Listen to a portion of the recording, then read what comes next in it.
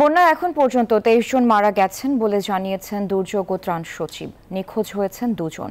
বন্যার্তদের মাঝে আজ ২০,০০০ প্যাকেট খাদ্য সামগ্রী বিতরণ করছে দুর্যোগ ও ত্রাণ মন্ত্রণালয়। সোমবার সচিবালয়ে দুর্যোগ ব্যবস্থাপনা ও ত্রাণ মন্ত্রণালয়ের সচিব মোহাম্মদ কামরুল হাসান সংবাদ সম্মেলনে এসব কথা জানান। তিনি আরও জানান, হেলিকপ্টারের মাধ্যমে বিতরণ করা হয় ৮,০০০ প্যাকেট খাবার। ৫৭,০০০-এর বেশি মানুষ বন্যায় ক্ষতিগ্রস্ত হয়েছে। এছাড়াও মন্ত্রণালয়ের হিসাবে ১১ জেলায় ১২ লাখ মানুষ পানিবন্দী আছেন। ক্ষতিগ্রস্তদের সেবায় ৬৪৫টি মেডিকেল টিম চালু রয়েছে বলেও জানান তিনি। ১১টি জেলায় মোট ১১,৩৮,৪৮টি পরিবার পানিবন্দী রয়েছে। ক্ষতিগ্রস্ত লোক সংখ্যা ৫৭,০১,২০৪ জন। আর এ পর্যন্ত মৃতের তথ্য আমরা পেয়েছি ২৩ জনের। আর পানিবন্দী বা ক্ষতিগ্রস্ত লোক যারা আছে তাদেরকে আশ্রয় দেওয়ার জন্য এ পর্যন্ত আমরা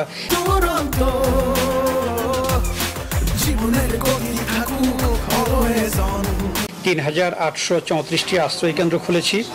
আশ্রয় কেন্দ্রগুলোতে মোট ৪,৬৯,৫২৩ জন লোক আশ্রয় নিয়েছে।